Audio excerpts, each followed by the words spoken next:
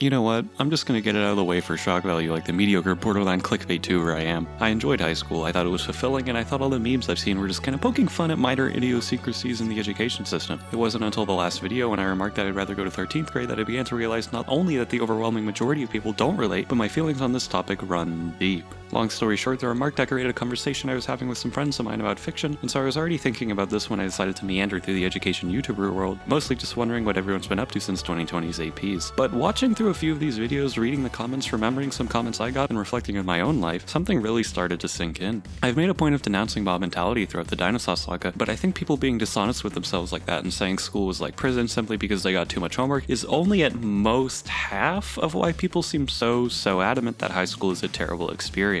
So in this video, allow me to purge my feelings about this topic in a way that's hopefully engaging and thought-provoking, because if there's anything YouTube seems to love from me, it's thought-provoking content. If the absurdity of the claim in the first half of the title hasn't already reeled you in, you probably agree with me, but if not, let me frame a good chunk of the video around a shocking example of this to give a bit of perspective. I haven't always been able to say that I enjoy school, trust me when I say that this is related, but I used to be very big into anime, Homestuck, and other forms of fantasy media. Now, when I say used to be, I don't mean I showed up to last year's Comic-Con in a Vriska cosplay, I'm talking 7th grade. Though my interest waned in freshman year of high school until I was totally normal as I entered sophomore year. Well, as normal as a glue-huffing Doge meme aficionado could be. But before then, I wore a pin with my Zodiac on it to school, I made a plaster mask for a Homestuck character in art class, I followed the online discussion, and, well, my obsession wasn't even with just Homestuck. In class, I'd get lost in thought thinking about the show I was watching at the time, wondering when the next episode would come out on Kiss Anime. I have no claim to have the be-all end-all psychological examination of why people enjoy and get so invested in works of fiction like this, but I think what my friend said ties it together well and in an eloquent way. Good media introduces artificial ups and downs that you invest yourself into. If all life is to you is waking up, eating breakfast, going to school, getting home, doing homework, eating dinner, going to bed, and repeating that monotonous cycle, it's numbing. It's like the lifestyle equivalent of a deafening silence. I wanted to make that long, wordy example shorter, but that awkward bumbling makes me fittingly uncomfortable. I'm sure everyone watching this has at some point felt like the TV static of reality was just too overbearing. I explored what motivates primitive humans in the last video, but I just can't offer an in-depth explanation here. For whatever reason, we just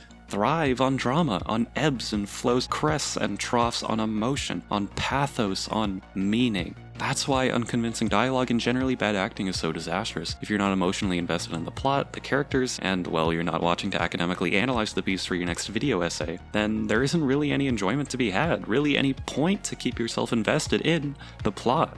It depressingly works the other way too. If you're not invested in your tedious life, it becomes boring and dull. Before you even realize what's happened, you find yourself asking the same questions a bored viewer in a movie theater might ask, though now the questions carry a somber weight, a completely macabre tone.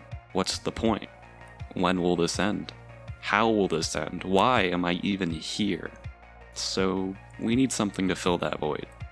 Wow, that got way too depressing. I'm not even going to attempt a smooth segue, so sure, truth can be stranger than fiction, and that saying is often used when the plot points of real life tend to push your suspension of disbelief, but people often forget that fiction is masterfully crafted, intentionally designed to rope you in, to introduce satisfying story arcs where life may be lacking, to shake up the status quo with each episode while your day-to-day existence remains static. After all, aside from indie film festivals and more artistic works, these stories have to see mainstream popularity to be commercial successes. It feels dumb to say they have to be good, but it would be functionally the same sentence to say they have to be designed in such a way that the audience cares about the plot, about the characters. Fiction is generally built on this fundamental goal. Truth has an excuse to be stranger than fiction, but if fiction is too strange, you're removed from the world it's trying to create, and that world is often a substitute for where life falls short, so why keep watching? Deciding whether CGI looks good or not is a subjective issue with a spectrum of results, but for example, in Meet the Parents, people either seem to love it, or for some people, the entire premise of the movie crumbles into nothingness when they think about the forced writing for too long.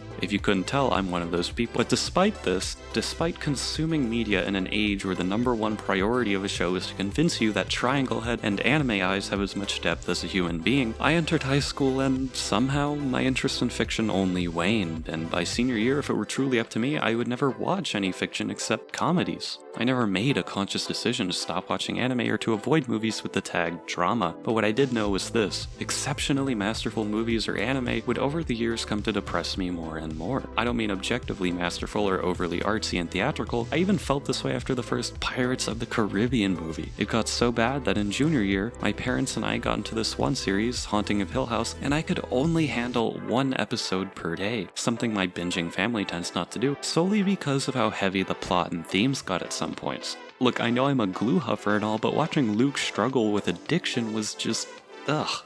So, why?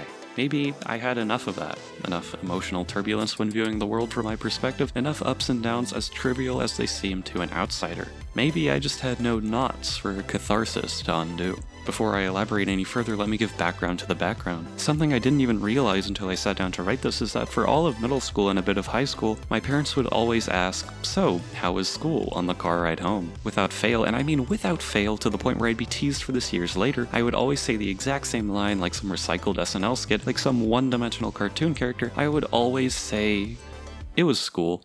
Can you guess the first thing I'd do when I got home? Well, homework, of course, but then some show or Homestuck. Here's the part I didn't realize. For a time in high school, I wondered why, on all the silent car rides home, I was never asked that question again. It was sophomore year, and I remember the road we were driving down when I first thought, I actually have an interesting story today. But it's been so long since I've been asked how my day went. I never cracked the case because I soon decided to just go ahead and blurt out the story about how a kid threw a fish at the whiteboard.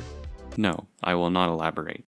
Anyway, by the end of 10th grade, I'd naively let an awkward silence hang in the air for the first 5 minutes of the car ride as I searched through my memory, period by period, for everything interesting that happened in the day. I didn't want to admit it to myself then, but that mental exercise became a daily routine I looked at fondly. My mother became acquainted with the characters of my life, some of the villains and a few of the arcs, but every day and this is gonna sound massively pretentious, I played through the most immersive sim that ever existed. Life. Sorry.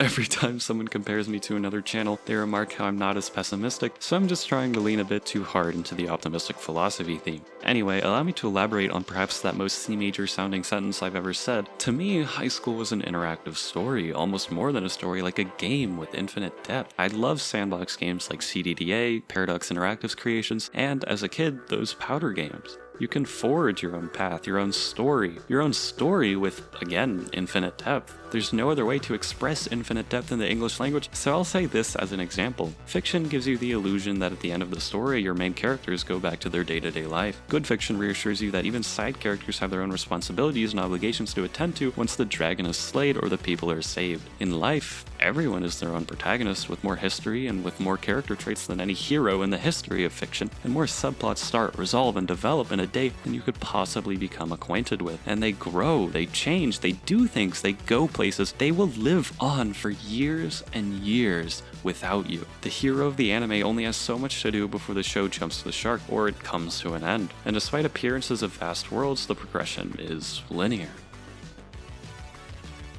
Meanwhile, if I wanted to, I could get up right now and walk out of my apartment, reassure everyone I'm still going to class, and no one would possibly know I'm halfway to Alaska in my Toyota Camry, ready to start a new life. Or I could switch my major to English and become a novelist with an expertise in, Italian literature. Or I could fly to Mongolia and live off the land in a yurt. When I was required to read Camus in senior year, I was in love. So much so that despite being the extremely awkward, slightly funny kid to everyone I'd ever known, I didn't opt for some witty remark about my social ineptitude for my senior quote. Instead, I made it one of the last lines of The Stranger. I beat myself up over that decision so many times, but now I can't think of anything more fitting to end high school. To reference existentialism and the importance it places on the experience of reality of every person, and absurdism, emphasizing the chaotic, inherently meaningless, downright absurd beasts of a world that scoffs at your attempts to find happiness and meaning. I'm deviating from the established threads of the video now, but I enjoyed high school because I entered that jungle with its teeming hostility and innate disorder, and as I matured I got to forge my own path, my own meaning, my own story, my own character. It was and still is a fight with moments of triumph, and your trophy is the fight itself, really.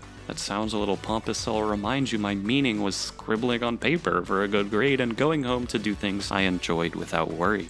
I enjoyed high school for the same reason I stopped needing fiction. It might be better said that I stopped needing to immerse myself in fiction because I came to enjoy high school. I liked my teachers even if they had flaws. I found those flaws fascinating to observe and to try to dissect. I saw them as other people, not robots that were stored in the back rooms when I wasn't in class. I loved learning. It's something that compounds from childhood, and regrettably, if you become lost at any point, you're lost, but it's so fulfilling to be keeping pace and mastering the fundamental concepts that make up the world around you, studying the works of brilliant people that are infinitely more intelligent than you that are long dead, to beautifully letting your equations collapse into a single answer. It's all so engaging. And when you don't get it, when you've been hit to the floor, when you've got a deadline, even as something as trifling as a joke not landing, at that point, I know the protagonist of any movie would get back up and some miraculous deus ex machina would enter the stage and fix things. But true perils, true troughs that feel real are what you, not another character, have to survive. And true peaks for me were eating lunch with the AP Lang teacher and a few friends as we all did crosswords together before lunch would end and we'd go back to reading Into the Wild, probably one of my favorite books of all time.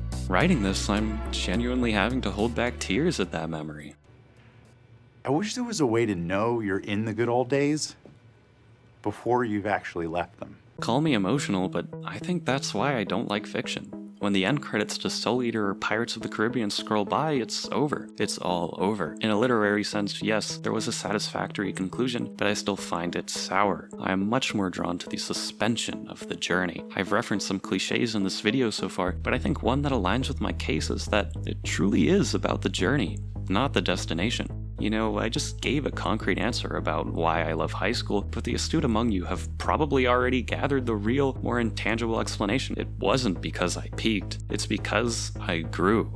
It was perpetually full of arcs, full of flavor and intimate intricacy. It's because, like Camus, it's just like any other existence with its own chaotic ups and downs. It's because, like fiction, it has its own lovable characters, emotional turbulence, and satisfying arcs. If I hadn't treated my AP Lang teacher like a person, I would never be able to cherish the memory of how I felt when I walked into class and a newspaper was sitting on my desk already. If I hadn't even asked if my friends and I could eat in her room, if I hadn't actively participated in class discussion, if I hadn't put myself into the projects and lectures, I would have hated high school. Again, better said, I would have hated it if I hadn't embraced the absurd institution for what it really is. Well, for me, what it really was. I really, truly hate that I have to say this next part, which is basically going to be a slew of clarifications. I don't even know if this is a post-conclusion counter-argument or part of the outro, but either way, by now I'd wager that a good portion of you, if you haven't clicked off already, have taken the absolute worst interpretation of everything I've said so far. So allow me to clarify some things in a way that'll give me practice for when I drop YouTube and devote myself to becoming a SoundCloud rapper. In the meantime, prepare to be mesmerized and you'll see what I mean in a sec. In no way have I meant to suggest if you're depressed, just take life by the reins and forge your own journey. I'm just explaining my personal experience with high school in a deeply cathartic way. You probably already assumed I'm one of these people, so am I insufferable for, say, being mildly bothered that I didn't get a perfect score on a test in my favorite subject? Yes I am. To other people that don't really care about the subject, to other people that don't care about tests, if you're not following any sentiments I've expressed in this video, you're probably one of those people, and there's nothing wrong with that. I, at the very least, hope you take away from this that everyone has to grapple with if there's a meaning to life or not, and if so, finding their own meaning. I avoided the phrase forge your own meaning because sometimes it's given, sometimes it's religion, and other times it's delusion. I don't mean to suggest what I did or what I'm doing is healthy or inherently the better option than allowing yourself to enjoy fiction and neglect school. I believe we all have to just do what makes us happy and see where we end up. If anything, I had a few massive blows in my life because all of the meaning I put into school culminated in rejections from all the universities I applied to except one. That was a massive blow. Most of all though, the most important thing I want to clarify is that I'm not trying to say I'm superior for enjoying high school. Wait, one more thing, this next disclaimer riles me up so much that you shouldn't be surprised if I make a video on these types of people. It's only at the forefront of my mind because someone commented on my last video comparing modern prison labor, a tiny fraction of the population, to medieval serfdom. I don't blame our generation for surrounding themselves with nothing but politics, for thinking that these issues are on a scale anywhere near comparable to 75% of the European population being economically imprisoned into working a lord's land in the medieval ages. But here's a quick message for those types of people watching, even if it's just the same person as the last video. This video is not meant to say we don't need education reform because I like high school, nor is it meant to take a stance against disadvantaged schools, nor is it to rub in anyone's face that my school didn't spontaneously blow up and I got an advantage upbringing as a result. Alright, for the outro proper, I'm just gonna keep my mouth shut about what content I want to make in the future from now on. Basically, I keep swinging from completely optimistic to entirely disillusioned like a pendulum, mostly dependent upon if I last read comments or if I last did a deep dive on my analytics, noticing how the more effort I put into a video, the worse it does. Well, really, I'm only optimistic if I get nice comments like the emotionally dependent child I am, but what set the tone of this outro is when I decided to use YouTube's "Your viewers also watch these videos" feature. Look, I get most of you are young, but shame on you. Shame on you. That was some of the most lazy, banal, overused, hackneyed, completely unintelligent, terrible content I've ever watched in my— Hey guys, don't forget to hit that sub button and like the video. Appreciate it. Love you.